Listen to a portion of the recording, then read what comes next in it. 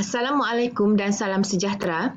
Saya Azlina binti Morshidi dari Politeknik Kuching Sarawak, Malaysia akan membentangkan kajian saya yang bertajuk Tahap Penerimaan Pelajar Kursus DBM 30043 Electrical Engineering Mathematics terhadap pembelajaran secara atas talian semasa penularan pandemik COVID-19 di Politeknik Kuching Sarawak.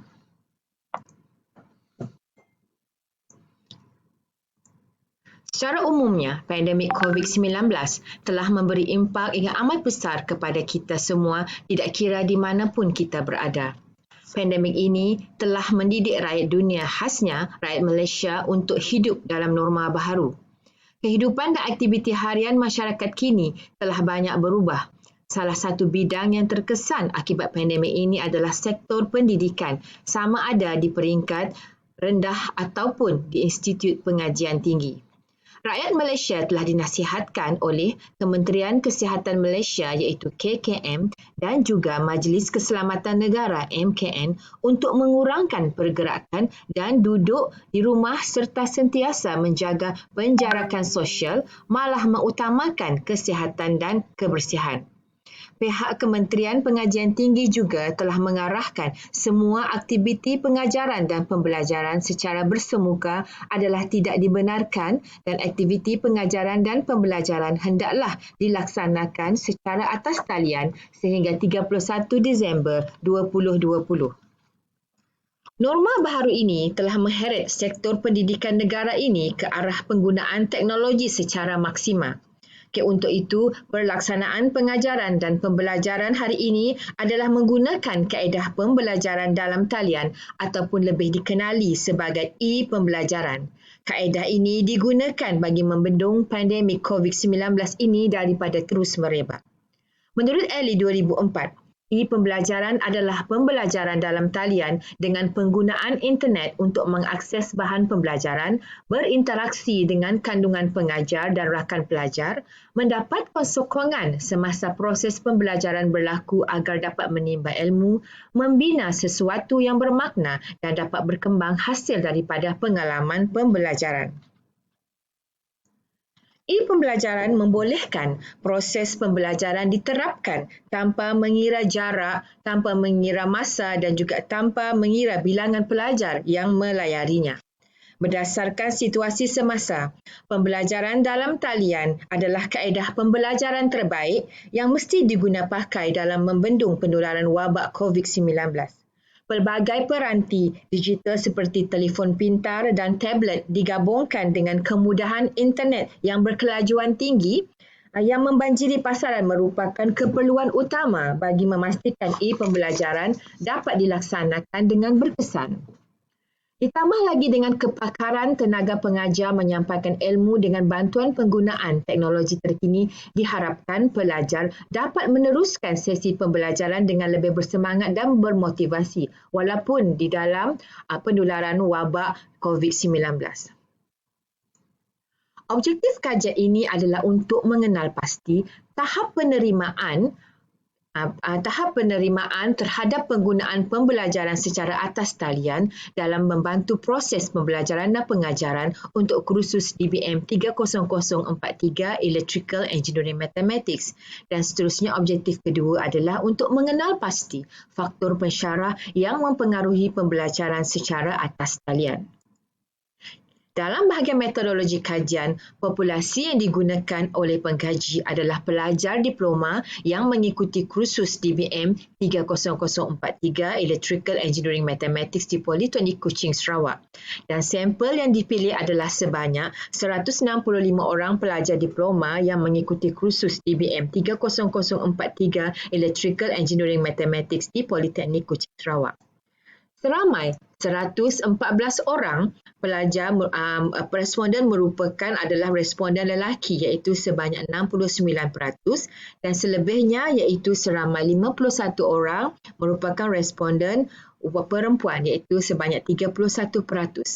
Perbezaan yang ketara ini mungkin disebabkan responden adalah terdiri daripada kalangan pelajar kejuruteraan, di mana kita sedia maklum kebanyakan pelajar kejuruteraan adalah merupakan pelajar lelaki. Instrumen kajian ini menggunakan Kaedah soal selidik iaitu skala Likert 5 mata, iaitu 1 sangat tidak setuju, 2 tidak setuju, 3 kurang setuju, 4 setuju dan 5 sangat setuju. Dan dalam kandungan soal selidik menggunakan bahagian A dan juga bahagian B, iaitu bahagian A adalah maklumat responden dan bahagian B adalah berkenaan dengan faktor fleksibiliti, kepenggunaan, keberkesanan dan juga pensyarah. Data kuantitatif ini dikumpul melalui borang soal selidik di mana diberikan pautannya kepada pelajar dan pautan ini kepada pelajar kepada responden, dan responden akan mengisi dan data itu akan dimasukkan ke dalam Google Form. Okey. Dan setelah itu, kaedah analisis yang digunakan adalah menggunakan Perisian Statistical Package for Social Science SPSS versi 19 bagi mendapatkan nilai peratusan, kekerapan dan juga skor min. Kajian ini dijalankan mendapati nilai Alpha Cronbach adalah 0.936 dan ia menunjukkan tahap kebolehpercayaan yang tinggi bagi item yang diuji. Analisis kajian ini merujuk kepada jadual kecenderungan min, iaitu adaptasi daripada Lander 1977 dalam Isling Zuraini 2002 yang merujuk kepada kod kumpulan 1, 2, 3 dan julatnya adalah untuk kod kumpulan 1, julat 1 hingga 2.33 adalah pada tahap rendah. Kod kumpulan 2, julat 2.34 hingga 3.66 pada tahap sederhana dan kod kumpulan 3, 3.67 hingga 5 merupakan pada tahap tinggi. Dari analisis yang diperolehi untuk faktor fleksibiliti adalah didapati secara keseluruhannya faktor fleksibiliti mendapat purata min 3.96 iaitu berada pada tahap yang tinggi. Item yang dipersetujui mendapat penerimaan tertinggi adalah boleh mendapatkan sumber maklumat dan rujukan dari internet iaitu sebanyak 4.22 dan dapat membuat ulang kaji pelajaran sebelum memasuki peperiksaan iaitu sebanyak 4.01. Ini disebabkan responden merasakan kaedah e-pembelajaran memudahkan responden untuk belajar dan mengulang kaji pada bila-bila masa yang sesuai di samping kelas atas talian yang diadakan secara formal. Untuk dapatan yang kedua, iaitu faktor kepenggunaan, purata min yang diperolehi adalah sebanyak 3.71 iaitu pada tahap yang sederhana. Ini menunjukkan responden belum dapat menguasai sepenuhnya aplikasi yang digunakan semasa pembelajaran atas talian. Ada antara aplikasi yang digunakan masih baru untuk responden seperti penggunaan Microsoft Teams dan juga Google Meet.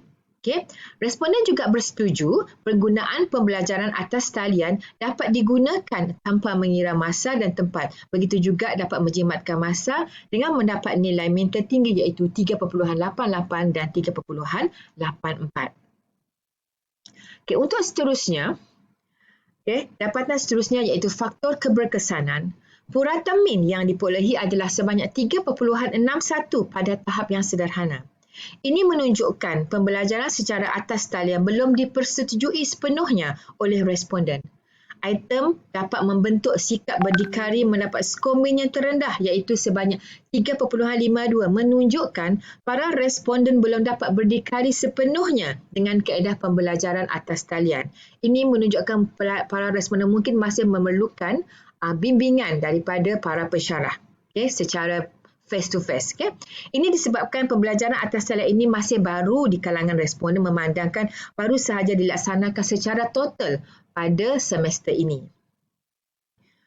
Untuk dapatan seterusnya iaitu faktor pensyarah pula, purata min yang diperolehi adalah sebanyak 3.88 iaitu berada pada tahap yang tinggi. Responden bersetuju pensyarah yang mengajar bersemangat melaksanakan pengajaran di mana mendapat skor yang tinggi iaitu 4.12 dan juga responden bersetuju pensyarah memberi latihan bagi memastikan pelajar faham apa yang telah dipelajari di mana mendapat skor min yang tinggi iaitu sebanyak 4.21. Namun begitu, responden tidak mempunyai masalah pencapaian internet untuk mengikuti pembelajaran mendapat komen yang paling rendah iaitu 3.25 iaitu pada tahap yang sederhana. Keberadaan responden di tempat tinggal mereka mungkin menyebabkan capaian internet yang agak lemah yang membuat para responden kurang setuju tentang masalah capaian internet di tempat mereka. Secara kesimpulannya di sini, pendekatan pembelajaran secara atas talian amat penting sebagai satu kaedah dalam mempelbagaikan kaedah pengajaran dan pembelajaran di kalangan pensyarah dan pelajar. Daripada keseluruhan dapatan data yang diperolehi mendapati tahap penerimaan terhadap penggunaan pembelajaran secara atas talian dalam membantu proses pembelajaran dan pengajaran untuk kursus DBM 30043 Electrical Engineering Mathematics berada pada tahap yang tinggi dari segi fleksibiliti, kepenggunaan dan juga keberkesanan. Selain itu, faktor pensyarah yang mempengaruhi pembelajaran secara atas talian juga berada pada tahap yang tinggi. Ini pembelajaran boleh membantu dan memudahkan pembelajaran dan pengajaran kerana boleh dilaksanakan di mana-mana dan pada bila-bila masa, terutama dalam mengelak penularan pandemik COVID-19. Dengan teknologi maklumat yang berkembang dengan pesat tidak mustahil, pembelajaran akan menjadi satu trend pembelajaran, pengajaran dan pembelajaran yang maksimal di samping pengajaran secara tradisional. Dan semoga sektor pendidikan akan terus berkembang walaupun dengan ancaman pandemik COVID-19. Semoga perkongsian ilmu ini bermanfaat untuk kita semua.